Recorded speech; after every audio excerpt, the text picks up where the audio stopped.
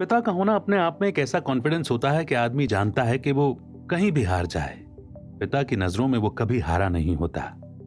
भले पिता नारियल के खोल वाली सख्ती ओढ़े रखे, लेकिन हर पिता का दिल एक बच्चे से भी ज्यादा भावुक होता है। बद्रवस्ती ने खूब कहा है कि हर शख्स को गुमान है कि मंजिल नहीं है दूर, तो ये बताइए कि पिता किसके पास है। और बात भी सही है कि पिता वो छांव है जिसकी बराबरी कोई शख्स नहीं कर सकता। ऐसे में जब रॉबर्ट टी कियोसाकी की किताब रिच डैड पुअर डैड को पढ़ना शुरू करते हैं तो पिता का अलग पहलू मिलता है जो आपकी जिंदगी में कुछ ऐसे बदलाव ला सकता है जैसे पिता आपकी साइकिल को पकड़कर आपको साइकिल चलाना सिखा रहे हों। यह किताब सिर्फ सेल्फ हेल्प या मोटिवेशन के लिए नहीं है, यह आपको वेल्थ मैनेजमेंट के साथ आपको अमीर गरीब के फासलों के बारे में एक ऐसा पुल दिखाती है जहां आप अपना सफर खुद तय करते हैं। आप भी जानना चाहते होंगे कि रॉबर्ट टी कियोसाकी ने ऐसा क्या लिखा कि सारी दुनिया इस किताब की दीवानी है, और कैसे यह किताब हर किसी की जिंदगी का अहम हिस्सा बनी हुई है। किताब की शुरुआत में जब रॉबर्ट कहते हैं कि पैसों के बारे में अमीर लोग अपने बच्चों को ऐसा क्या सिखाते हैं जो गरीब और मध्यम वर्ग के माता पिता नहीं सिखाते, तो क्लियर हो जाता है कि किताब सिर्फ एक पक्षीय नहीं है, निष्पक्ष होकर सभी पहलुओं पर रोशनी डालेगी। ये लाइन ठीक टाइटल के नीचे है, इसीलिए इसकी अहमियत उतनी ही है जैसे किसी पिता का हाथ आपके कंधे पर हो। जिग जिगलर इस किताब के लिए कहते हैं कि अमीरी की चोटी पर पहुंचने के लिए आपको रिच डैड पुअर डैड पढ़नी ही चाहिए। इससे आपको बाजार की और पैसे की व्यवहारिक समझ मिलेगी, जिससे आपका आर्थिक भविष्य सुधर सकता है। और ये हम सभी मानते हैं कि पैसा सब कुछ नहीं भी होकर बहुत कुछ है, क्योंकि सभी की जरूरतें पैसे से ही पूरी होती हैं। आपकी आर्थिक स्थिति आपकी पर्सनैलिटी को डिफाइन करने का हुनर रखती है, तो आप रिच डैड पुअर डैड के किसी भी पन्ने को हल्के में नहीं ले सकते। और मैं ऐसा इसलिए कह रहा हूं क्योंकि इसमें रॉबर्ट ने समर्पण में भी साफ साफ लिखा है कि बच्चों के सबसे महत्वपूर्ण शिक्षक उनके माता पिता ही हैं। अभी आप माता पिता नहीं भी हैं तो ये मत सोचिए कि यह किताब आपके लिए नहीं है, क्योंकि मैं ये दावे से कहता हूं कि अमीर बनने की ख्वाहिश हर जीवित इंसान के अंदर है। तो आइए सुनते हैं क्या है इसके आगे। रिच डैड पुअर डैड की सह लेखक शेरॉन लेक्टर हैं, जिन्होंने इसकी प्रस्तावना लिखी है। प्रस्तावना में उन्होंने साफ कहा है कि एक समय तक उन्हें भी यही लगा था कि पारिवारिक मास्टर प्लान के तहत अगर बिग अकाउंटिंग फर्म में नौकरी मिल गई तो जीवन का लक्ष्य हासिल हो गया है। लेकिन जब एक दिन उनके बेटे ने उन्हें यह एहसास दिलाया कि दुनिया के सबसे अमीर लोग अपनी शिक्षा के कारण इतने अमीर नहीं बने हैं, तो शेरॉन की बोलती बंद हो गई थी।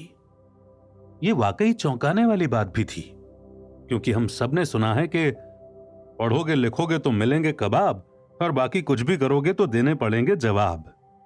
अब ऐसे में कोई बच्चा अपने पेरेंट्स को कोई सीख देने की बात करे तो चौंकना लाजमी है। शेरॉन के बेटे ने माइकल जॉर्डन, मैडोना और बिल गेट्स के उदाहरण देकर बोलती बंद कर दी थी। शेरॉन आगे कहती हैं कि एक मां और एक अकाउंटेंट होने के नाते वो इस बात से परेशान थी कि स्कूल में बच्चों को धन संबंधी शिक्षा या वित्तीय शिक्षा नहीं दी जाती, जबकि उनको पॉकेट मनी और क्रेडिट कार्ड दिए जाते हैं। इसी वजह से शेरॉन का बेटा कॉलेज के टाइम में ही कर्ज में डूब गया था। अब मां अपने बेटे को ऐसे उलझन में पड़े देखेगी तो कैसे शांत रहेगी। लेकिन एक दिन शेरॉन के पति माइकल ने उसे फोन करके बताया कि उनके सामने रॉबर्ट टी कियोसाकी हैं, जो अपने शैक्षणिक उत्पाद को पेटेंट करवाना चाहते हैं, और जिससे शेरॉन की समस्या भी सुलझ सकती है।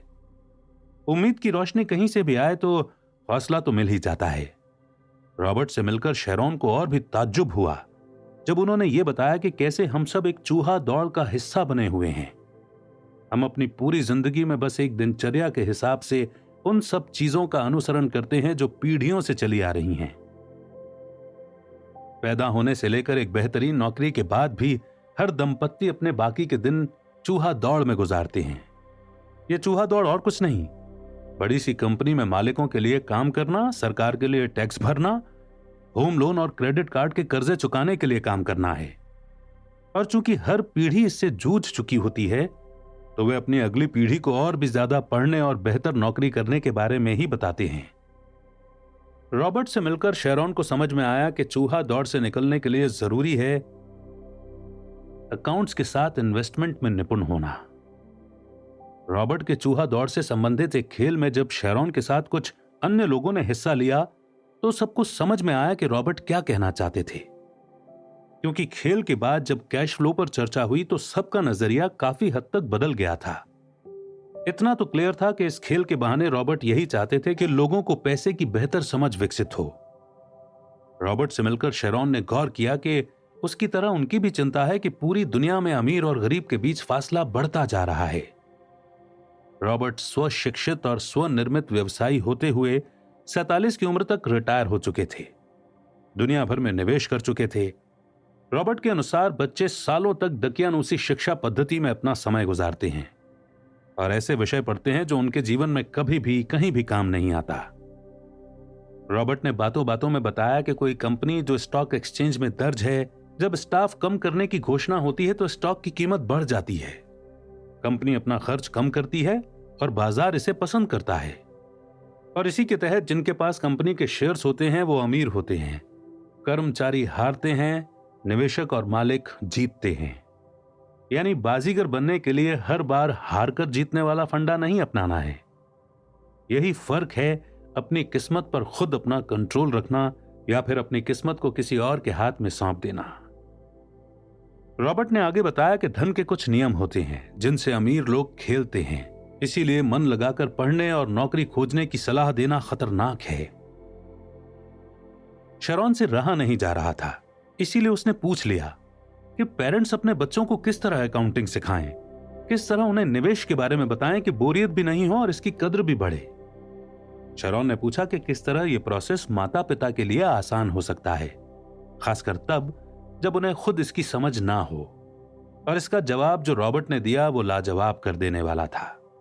उनका जवाब था रिच डैड पुअर डैड और उसके अध्याय जहां सारा राज छुपा है।